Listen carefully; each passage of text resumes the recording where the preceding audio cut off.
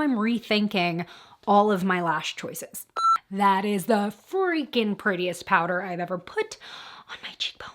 Oh my gosh. Today I'm revisiting a makeup brand that used to be a go-to of mine when I first started beauty blogging and making beauty YouTube videos 10 years ago now. In fact, their products are some of the first that I ever reviewed online, and I'm talking about theBalm. Over the years, the brand sort of fell out of my normal makeup rotation. I tried a few products here or there, but they are technically a drugstore brand now available at Walgreens. So today I'll be trying some of their new makeup as well as products that I just missed out on over the years. We're gonna get straight into it, but first, if you're new here, hi, my name is Miranda.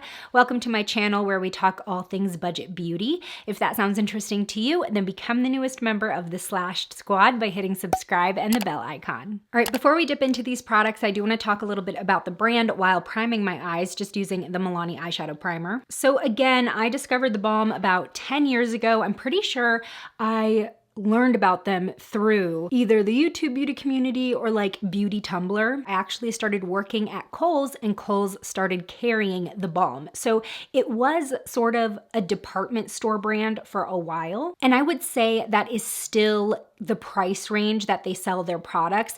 Even though they are a drugstore brand, their prices are very mid-range, and I would compare them to that of Pixi. This is one of their newest releases. It came out a couple months ago, the Bombina Palette. This is an all-in-one face and eye palette. This palette is sort of a brand sampler because it contains shades from their other palettes and compacts. So the Bombina Palette is $32. A little high for what I would expect to buy at the drugstore. But if this is truly a full face palette and I feel like I can get a lot of eye looks out of this and complete my blush, bronzer, and highlight, then a full face in a box, I feel like the price can be justified. So first I'm gonna dip into this eyeshadow. It's called Fog from theBalm and The Beautiful. See, even as a light shade, you can see the pigment. I'm gonna dip into this shade called It's a Date, which I believe is actually one of their blushes. They've labeled it shadow and blush. And like the truth is, you can be doing this with pretty much any brand. Use a blush as a shadow, use a bronzer as a shadow. Now, like I said, this palette, it's a little bit expensive for what I consider to be drugstore prices, but the brand constantly has sales on their website. I'm gonna go into the second blush shade in this palette. It is the shade Stamina from their Will Powder Blush Quad. This one's a little bit of a deeper pink. These are definitely blending really nicely. And something else that I'm noticing is that even though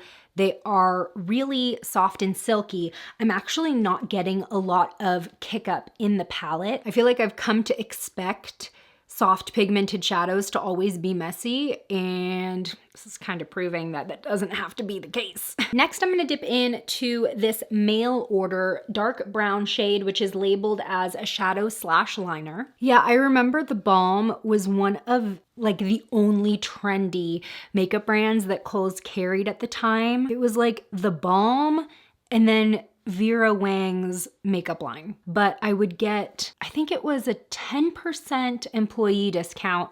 But what I really loved about working there is that I could stack coupons on top of my employee discount, which was really nice. I think toward the end of me working there, they had just put Real Techniques in the store, which I remember being so excited about. But now Kohl's has like a really decent beauty section. Actually, no, Kohl's beauty section is now just Sephora. Instead of Sephora being in JCPenney now, I think that's like their official partner. So that's cool. But do they accept Kohl's cash? That's the real question. Okay, this shade, it's a little softer than I expected. I just think that it looks a lot darker in the pan than it's applying, which it's not totally bad because it does give you an opportunity to have it be a little bit more sheer or build it up. I just wish this was giving me a little more impact. I'm gonna dip into the bronzer shade in here called Bronzilla and use that on a fluffy brush to blend that dark brown out so that it works into that pink a little bit easier. Yeah, now I'm actually appreciating the softness of this dark brown because it is making it easier to blend into the other shades despite being a little bit more of a stark contrast. I'm gonna use the Let's Bolt highlighter, which is a little bit of a golden champagne, and apply it lightly to the brow bone. Ooh, that's pretty. Okay, that's gorgeous. We may revisit that shade. I do want to use this other shadow from the mail order palette. This one's called Noah Lot. That's another thing that the Balm is known for. Their shade names are always a little punny. So this is going to be my lid shade. Ooh, I love that. So this is a little bit of a golden bronze. I'm not sure if it's dark enough to really be considered bronze. Yeah, these shadows are just as good as I remember, for sure. Oh my gosh, look how much pigment there is. It is so opaque. Okay, to be honest, I was getting a little nervous just because that dark brown translated so cool next to the blush shades that I used. But now that we've got everything on the eye and everything's sort of blended in and on top of each other, this is looking very cohesive. I'm gonna go back into Let's Bolt and then tap that in my inner corner. Oh, I love that color. I can't wait to actually use this as a highlight. All right, let's finish up this eye look. Now, I have tried their Schwing eyeliner probably in the past 3 or 4 years. I do remember loving it. Now, individually full size, their Schwing eyeliner is about $16. However, they do have this trio on their website. It does say limited edition though, so I don't know how long it's gonna be there. It comes with 3 full-size liners in 3 different colors for just under $30. So if this is still available when you're watching this video, this is obviously the better value. It comes with black, purple, and brown, although the purple does look a little bit more maroon. Wait a minute. I remember this having a brush tip. Okay, I'm gonna have to look that up and see if it changed. With that said, it is a pretty long felt tip. It looks pretty pointed. So let's see if we can get a precise line with this. $16 though, you couldn't give us a brush tip. For a felt tip, it is giving me pretty clean lines, and the stiffness of the felt brush offers a bit more control than like a really flexible one. But look at this beautiful matte finish. It is so flat, matte, and opaque and rich. I always just think a black liner looks deeper and richer when it's matte. Also, I do feel like the felt tip is skinny enough to really stamp it on the upper lash line and get a thinner line where you want it. It's dispensing like the perfect amount of liner in every stroke. One thing that you can come across with like low quality felt tips is they kind of like gush product in certain areas, or if you just put too much pressure. I really do feel like I have control with this, so I'm not as mad as I was before when I found out that it was not a brush tip. Oh no. I may have spoken too soon. Oh, it would have been even too. That's so annoying. Okay, I am back. I fixed my liner. This is just a lot thicker of a wing than I was planning on today, but we got caught in that gotta even this one out, gotta even this one out cycle. Updated thoughts on the Schwing liner. I don't know if the formula has changed, or maybe I'm just misremembering me really liking this liner.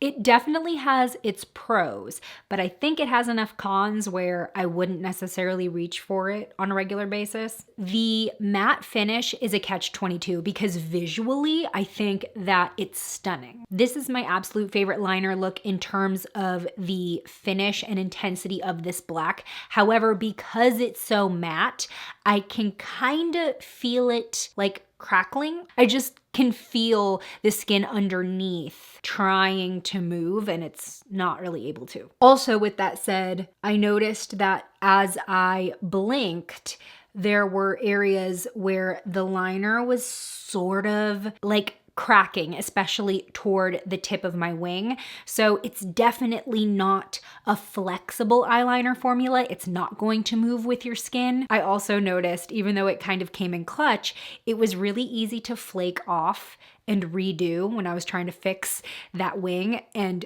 you know, while that was convenient for trying to fix a mistake, doesn't really give me a lot of hope that it's gonna be a very long lasting liner without flaking. So yeah, maybe I've just outgrown this liner because there are just so many great ones at the drugstore. Wow, you really witnessed a change of heart in real time for this product. It's also like messy. I don't know how it keeps ending up on different areas of my hand. All right, let's curl the lashes. I do have a mascara to try from them, but if I don't like it, I also have lashes to try from them.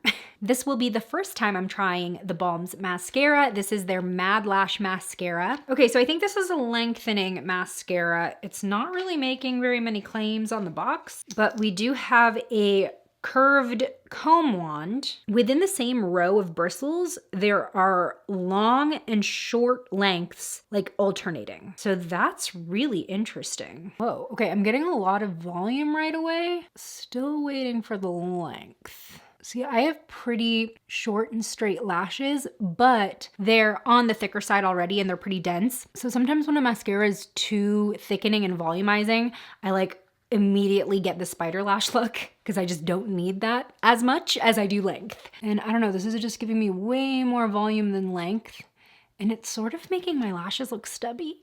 It's not awful, but I'm finding it to be a little difficult building up at the tips of my lashes. It's just not giving me like the wispiness that I like at the tips so that they don't look blunt. In fact, I think I'm gonna have to go in with my eyelash comb and just get rid of some of the excess product. I'm actually curious, like, if this will oxidize and become a little bit more of a workable formula for me, because some of my favorite mascaras did have to grow on me. Even the Maybelline Sky High mascara, when I first put that on, I felt like it was a little bit wet and thick and gloopy. And then after about a week, it just dried up enough. The consistency was way better. So I am wondering if maybe this is gonna be one of those mascaras. Yeah, this eye came out a little better. This one I think I just need a little more time with, but with that said, I am gonna go ahead and add some falsies to the mix. Now this is from theBalm. This is their Paparazzi set. Now this style is for sure a lot more natural looking than I typically gravitate toward as far as falsies go. I mean, like if I'm gonna go through the trouble of putting false lashes on, I want them to look like false lashes. But I think with the mascara kind of handling the volume, this will add a little more wispy length and maybe the two will work well together. Ooh, okay, these make more of an impact than I expected. These are a lot longer than they looked in the box for some reason. They looked pretty short in the box, but I think that's just because the tips are so wispy and they come to a really fine point. Yeah, those are so cute. I am getting some flaking from the mascara as I kind of fiddle around here. Okay, I absolutely love these lashes, and now I'm rethinking all of my lash choices. Because in the box, especially as I held them up against my typical go-to lash styles, they just looked so thin and short. But on, they look very glamorous and wispy and whimsical. So I kind of want to seek out more lashes in this style.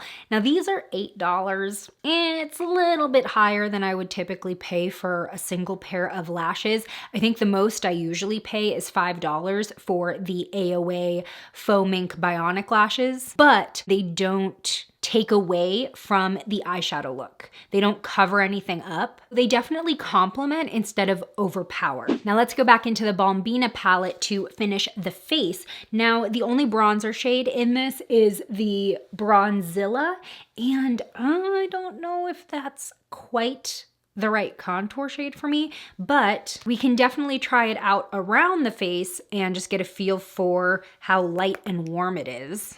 Yeah, this is definitely more of a bronzer than a contour for me. I can use it to add some warmth to the face, but I think I'm gonna need to dip into something different. So to contour, I'm gonna try out their Bahama Mama Bronzer, which is slightly deeper and cooler. Here they are side by side. You can definitely tell that this is gonna work better for me. Now, something that I just recently tried thanks to a TikTok filter, and I shared this past week on YouTube Shorts. This filter was suggesting that I contour basically on top of my cheekbones, like up here. And I tried it out side by side next to where I would normally contour, which is a lot lower, kind of like right under my cheekbones.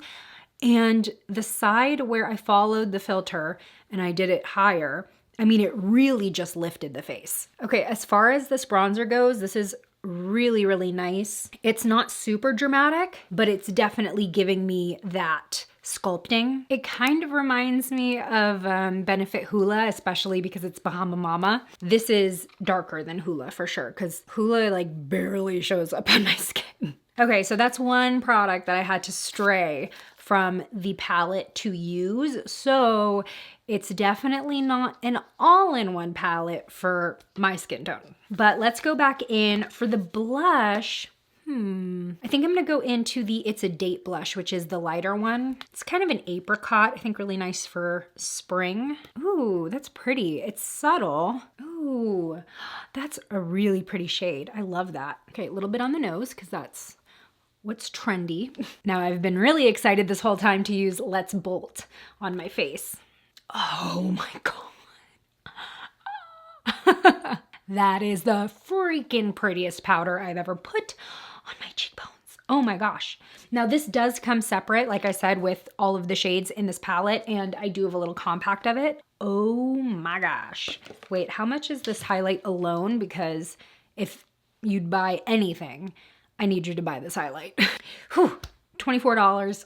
Little high, little high. Okay, I'm trying to blend this out. I think I put a little much on this side. So as far as the Balmbina palette, I think that it does have a lot of potential to be a collection staple, especially for people who want a very simple routine or to bring with you on the go. The formulas are great across the board. There's really not much that I can complain about. And if you can make this bronzer work for you as both a shadow and a bronzer contour where you really wouldn't have to use anything outside of this palette to get your look and face makeup done, then I think that this could be a real asset to your collection.